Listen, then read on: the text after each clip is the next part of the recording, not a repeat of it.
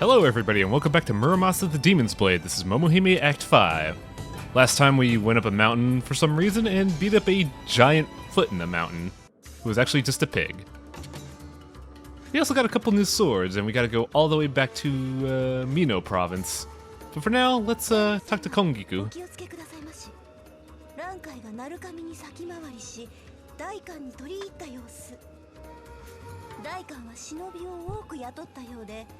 あちらこちらで旦那様の命を狙っておりまする。油断なさらぬように。 Well, now we know why ninjas are fighting Momohime.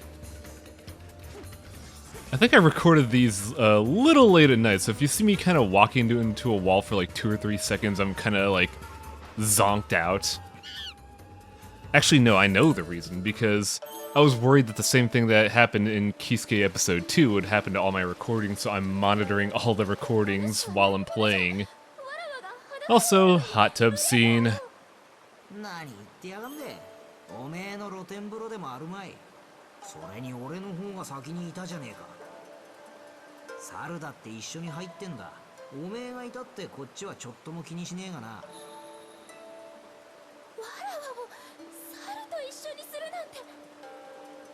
You know, you'd think for an instance where 2 of the protagonists meet together in a very unlikely circumstance, they would have time to, you know, develop characters and have interesting commentary on their circumstances, but no. They just go with the hot tub scene, and for comedy. A little disappointing considering how the other hot tub scenes actually have some substance to them. And I don't feel like fighting those Yukiona. Let's get out of here. Never did equip that unrepentant blade.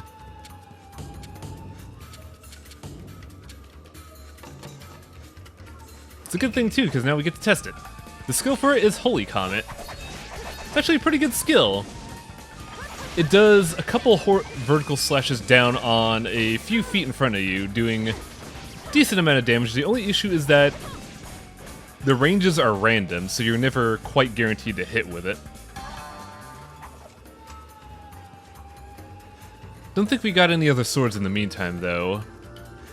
I believe I have to craft them in order to advance down the tree.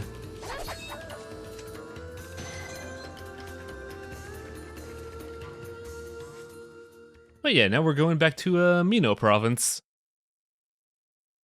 I believe this is one of Kisuke's earlier chapters. Yeah, it was because he goes through here to get to Iga, I believe.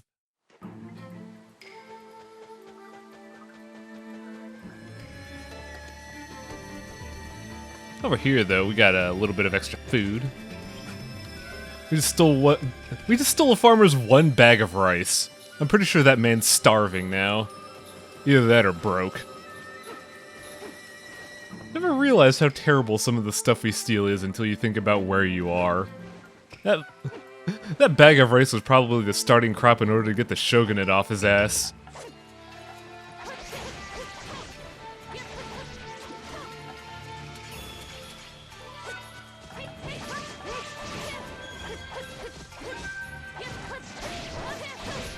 I believe I'm keeping this in here because I wanted to demonstrate the life leech effect from one of the weapons. I mentioned before that your weapons have life leech and you could also get it from an accessory. However, life leech isn't good. Even with 1,000 HP and doing roughly 200 to 300 damage, I'm only getting 1 HP back, which is unfortunate. We did get a new sword though. Soaring Lark 2. I believe we've used that ability quite recently, so it's not anything impressive. Meanwhile, I'm just trying to navigate my way around here. Looking for a fight. Gotta test out the sword, you know?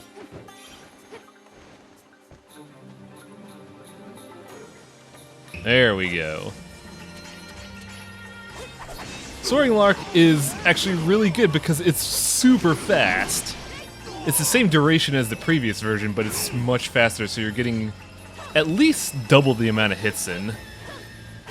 Probably it's a shame that the weapon is on a longsword, but I'm gonna say that for all the longswords.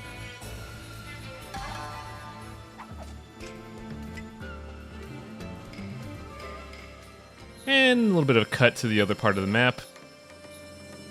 I Actually, I think this was the beginning area for Momohime. No, this wasn't for Momohime. This is just the same exact tile set. Because I know Momohime has a similar tile set to this early on. And it's weird that we're going back to it because I know we've eaten the soba as well. Maybe it's a Kisuke plot. We've gotten so far in that I'm starting to lose track of what tile set's what. Because if you haven't noticed already, both sides of Japan mirror each other. Each of the sides of Japan has a ice set, a bustling city set, a countryside set, a roaming field set, and a wild river set. Kind of makes sense considering that they got two characters and it would be weird to have them quite literally in tandem with each other, but you know. You gotta disguise the dressing a little bit. We also bought a recipe and some trout. We're also gonna see a really mean secret mission here. So have y'all ever wondered why I don't like the frogs in this game? Let me show you why I don't like the frogs in this game. Because holy crap, this secret mission early on, this sucks.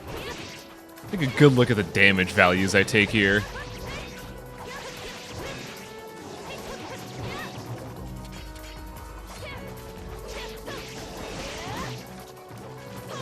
I'm doing good, right? I haven't taken any single damage, but I haven't been paying a lot of attention to other things, like leaving the big frogs alone.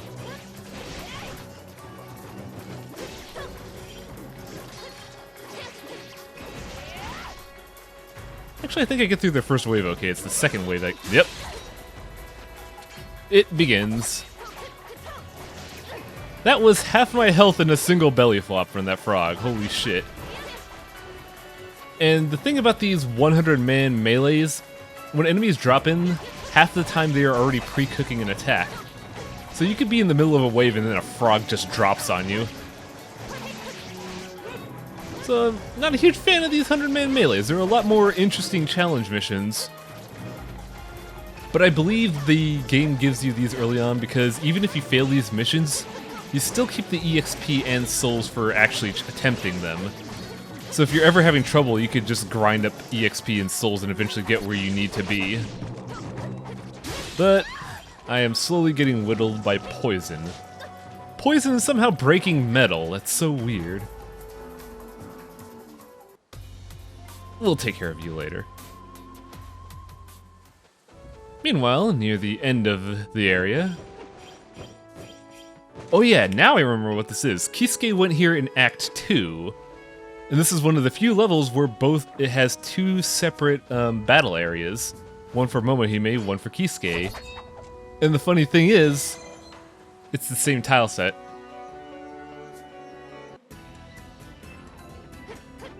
Well, not the same tile set. Kisuke's is different, because his castle tile set comes in Act 2, while he was here in Act 1, I believe. Hard to tell at this point. So, much like... Actually, no. We haven't seen these enemies yet. This is new for Momohime, but it's a new enemy for both types. It's the Matchlock Samurai. And for whatever reason, the Narukami clan is hiring Ghost Samurai. Which is weird because by this point in the game, the entire Narukami clan, which includes Momohime's sister, Torahime, which sounds familiar, and both her parents are dead, and all three of those people are the only ones who are able to summon these spirits, so where's the clan getting this army of formerly dead samurai? That doesn't really matter though, because the big gimmick about the Matchlock Samurai is that they can really mess up your sword. One shot is half your sword's HP bar gone, and that's no good. You can easily confuse them just by dancing around them with air dashes or jump attacks, but that's just too, you know, that just requires effort, and I don't really care at this point, you know? So I'm gonna lose all my swords. I'm also gonna say right now, this is probably the hardest dungeon for Momohime, if only for the last boss. Well, the boss of the area, I should say. The Matchlock people don't help, I do believe I actually die in this map once because I was ill-prepared for something. Yeah, right here. I have no healing items, 2 broken short swords, and they introduced the Master Ninjas. The Master Ninja is everything you hate about the ninja all in once. It has bombs, it has sword breaker abilities, it has 3-frame attacks with that sword swing, and I'm dead. They also have the ability to shadow step behind you, which is really tough. So yeah, 100% LP, I died. Whoops. And to put salt on the wound, they remove the Master Samurai as if they assume I can't handle it. If I'd equipped a whetstone, I probably could have, but I was too busy focusing on healing items rather than sword heals. Sad, really. So it's kind of odd that the Narukami domain is sheltered by a purple moon. You know, I gotta wonder why an entire district ran by a magistrate would entirely rely on ninjas to defend them. I mean, granted, the Master Ninjas are pretty damn good, but everything else, I'm just tearing these basic ninjas up. They don't stand a chance. Yeah, if you see right there, the Master Ninja has that giant pinwheel shuriken. That is the sword breaker move. If you block that thing, your sword's gonna almost break. I believe it takes you down 80... Yep. It takes you down roughly 60-80%, but it hits a lot depending on frame data. So you gotta make sure that you're not in the middle of its attack when you're blocking. Also, tile sets here are a little bit confusing. A while ago, we went down a ladder to another rooftop. Well, at least this one makes a little sense. Oh, I did have whetstones equipped. Why didn't I use them before? Ugh. Yeah, my favorite tile sets here, the fisheye lens room. Now this room's a little bit different than the castle that Kisuke had to siege. There's a lot of verticality to it, but luckily we don't have to platform. We just have to go up and around a winding staircase of a level.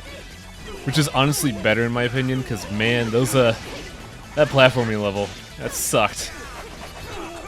This is an action game, and a lot of the jump mechanics in this game take cues from actions you do in battle, like a regular jump, a dash attack. A lot of it homes in on nearby enemies, so the platforming during combat is not hot. Also, the characters are a little bit floaty when they jump, so sometimes you'll find yourself sliding off a platform when you jump onto it. But make sure to explore every crevasse, because you get a lot of items, like Epicurean Arts Volume 3. Don't quite know what that does, but I'm sure it's a hot pot meal. Mainly because we get all of the grilling stuff from merchants.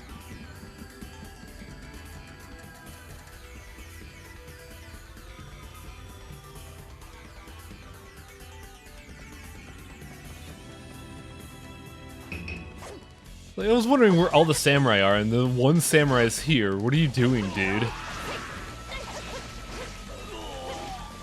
I'm pretty sure at this point they weren't aware that Momohime was coming. That's probably why all the ninja are out rather than the samurai.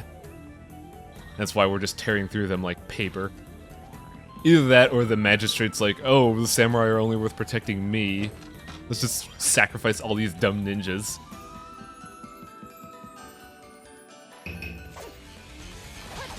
Even more samurai. This is crazy. It's too bad they're all gonna die. Yeah, at this point of the game, Momohime scales insanely well. Like, even by merit of just keeping up with things, I have a lot easier time with regular encounters than Kisuke. Also, here's the enemies from Kisuke Act 3, I believe? Kind of weird that they bring them up only here for Momohime's arc. Because if I remember right, you never see them throughout the rest of her story.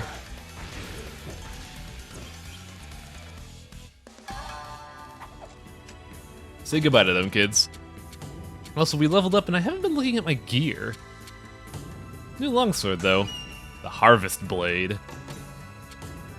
I don't know why, but when I see that sword, I just like to imagine that they took one of those big, like, harvesting size that you would get for wheat, and they just kind of took off the blade and stuck it on a katana. It's a shame I didn't have enough levels to get the other short sword, though. That probably would have been nice. Because, this next boss is an asshole and a half. I don't like it at all.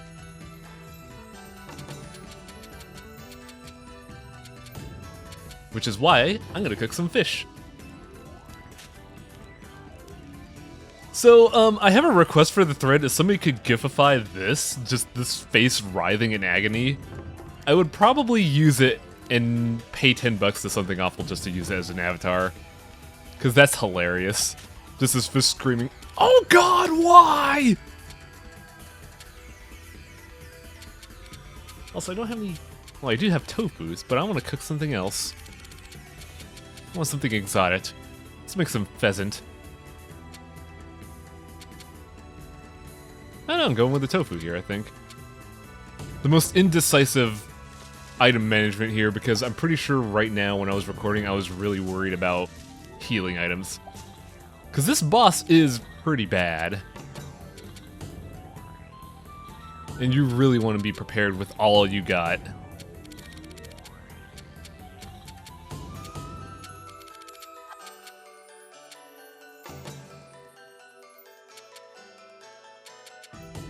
Got all my equipment ready. Throughout the... I believe in the middle of things, I believe in the middle of Chapter 4, I got an item called the Crystal Magatama, which allows me to get more souls. Actually, no, we got it from the store here. That's where I got it. And when you have that equipped, you get roughly 5% more souls overall. Helps with getting my currencies up, but you really don't want it for a boss fight. Even though I keep it for the boss fight, what? Also, unique frame for Momohime there that you never really see because it goes by too fast.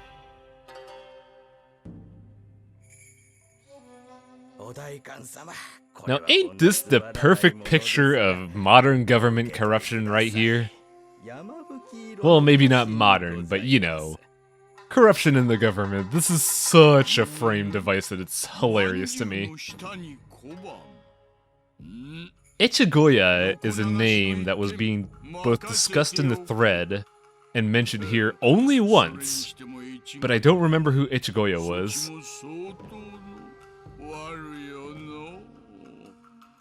It will most likely be relevant to the people in the essay thread who are doing a really good job with history lessons.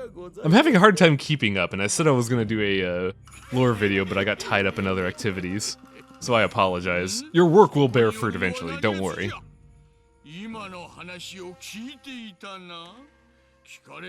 Something about Shikami's anatomy makes no sense to me. I find it impossible for him to move, let alone draw those dinky little katanas that he has on his hip.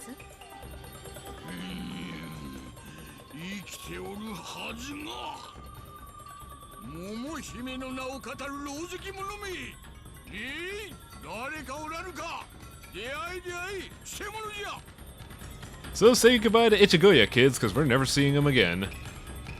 I'm not joking, he's just gone from the story forever. I think he was just a cheeky reference by the developers.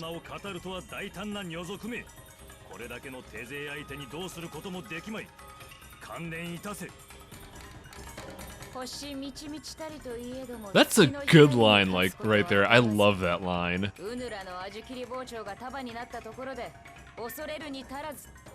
That's a line you say when you know you've outclassed someone.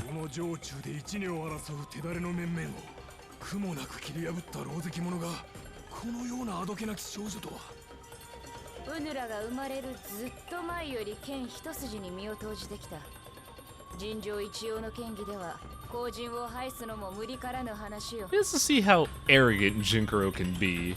The moment he gets to show off his sword skill, he's like, fuck you all, I'm the best.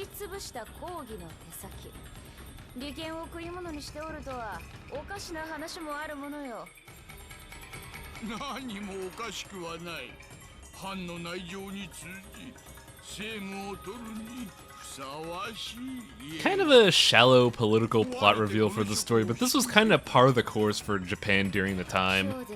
There was a lot of like switching of ruling parties so much that there was a lot of switching of ruling parties and a lot of betrayal in the back that I'm honestly not surprised that this was in the story. So, Momohime's over there. What are you doing over here with Rankai? Get away from him.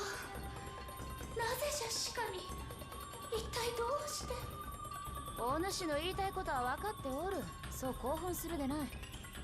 事の成り行きは読めた。まずは見ておれ。城の者がためらいなく切りつけてくるのは、ウヌが何か吹き込みおったからだな。桃姫の名を語る女族めが大官の命を狙うておるとご中心も。 Dude, Rankai, we killed like a billion of your monks before we... Well, maybe not a billion, but we killed a bunch of your monks before we got to him. How are you surprised we got here? Murder is kinda Jinkaro's thing. 鏡家に教授をもたらすのは赤子の手をひねるよりもたやすかろう。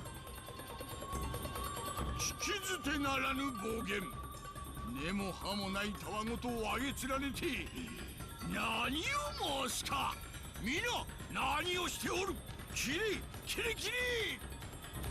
叶わぬと分かっておっては腰も引けよ。 So yeah, the entire misfortunes that were brought upon the Narukami clan were brought about by a demon. Go figure.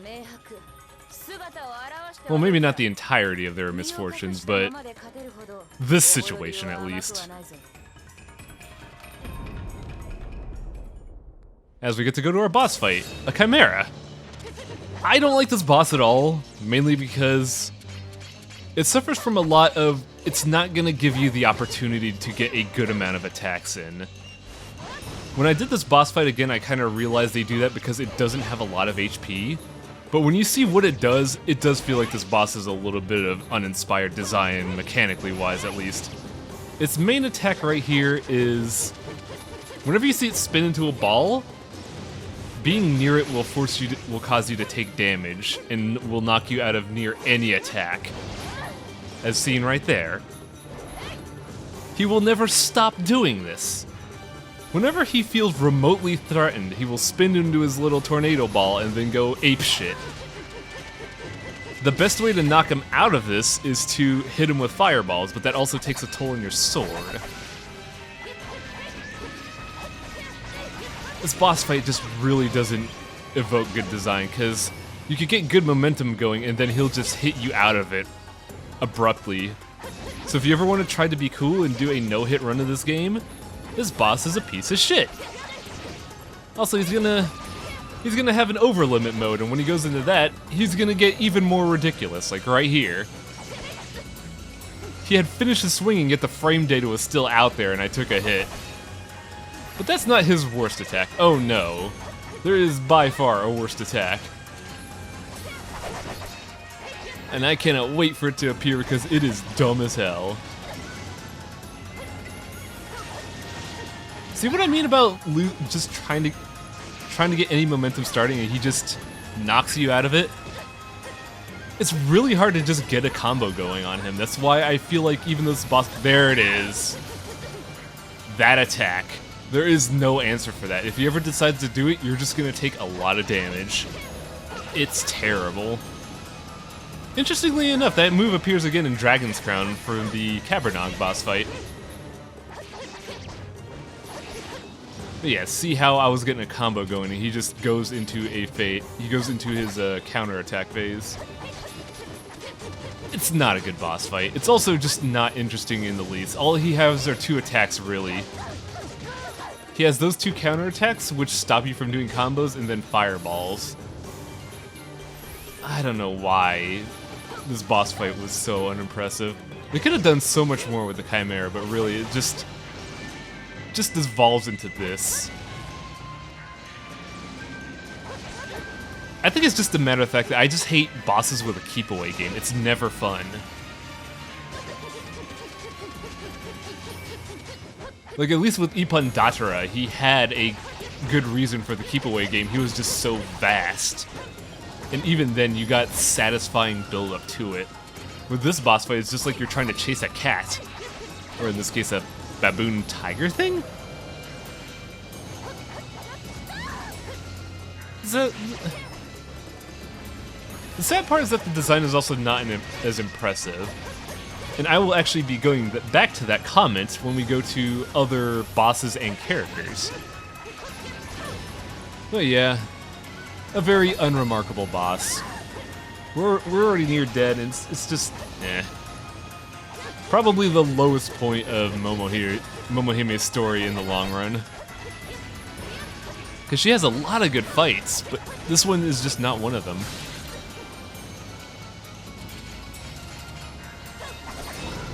Cool death, at least. We got him with a quick draw.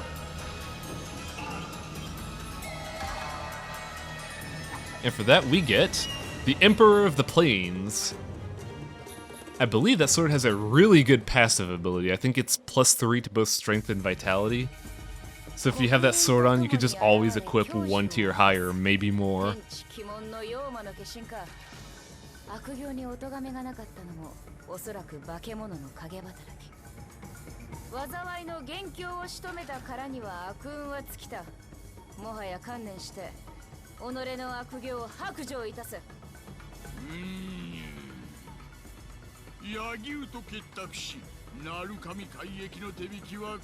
Yeah, this is when we start to see the stories link if you play the stories in tandem. Because this pretty much confirms that Yagyu was the entire link, that the shogunate was the root cause for all this.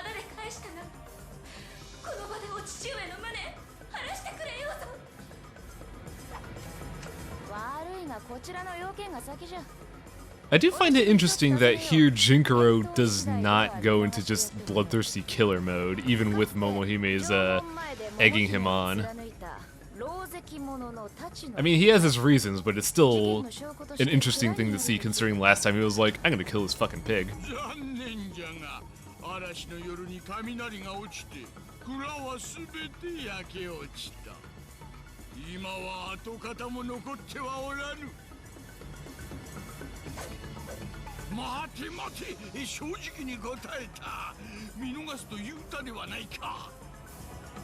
So we came all the way here to get the Dark Resurrection Sword, and it's not here.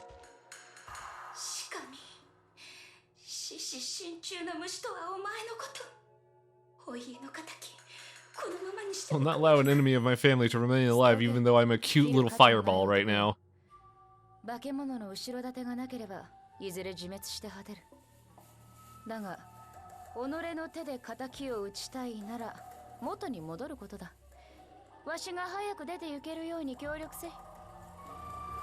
There's something really satisfying as having Jinkaro as the protagonist, mainly because he acts like a competent villain, and you rarely see that in video games.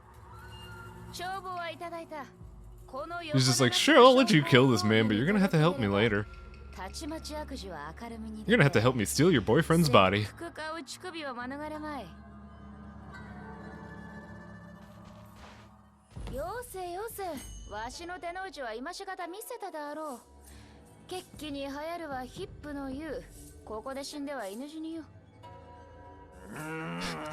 Nice line. Now, I do like this because it's the NPCs acknowledging that weird shit's going down.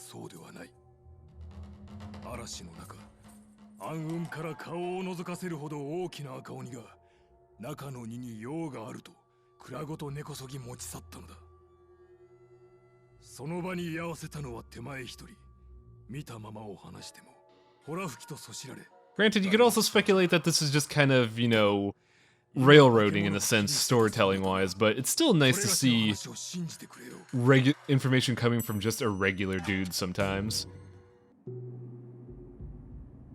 Some Momohime just kind of shoved to the side here.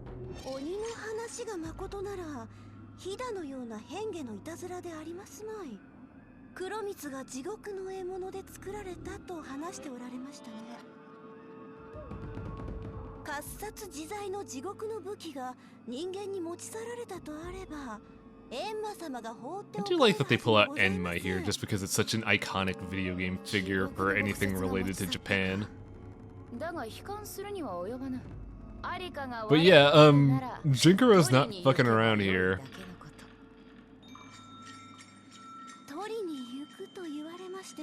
The next level, quite literally, we're going to hell. This is kind of why I like Momohime Jinkuro's story, because for Kisuke, his story is a lot more interesting dramatic-wise. For Jinkuro, though, he just kills increasingly ridiculous things. He's gone from killing a pig posing as a giant spirit to a demonic chimera, and now he's gonna go slay demons. Jinkuro's story is basically, I want to get my body back, but I also want to kill every deity ever. Also, for whatever reason, we just get kicked out here. We don't get to go to the save points, so I actually have to end this episode using a bronze mirror.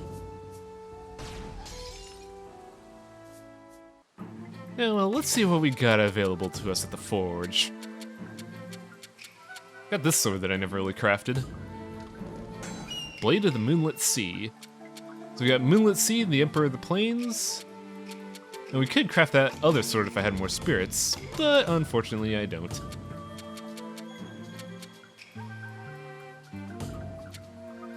Unfortunately, I can't equip the Emperor of the Plains right now. Next time, though, so... Next time on Momohime, more stuff.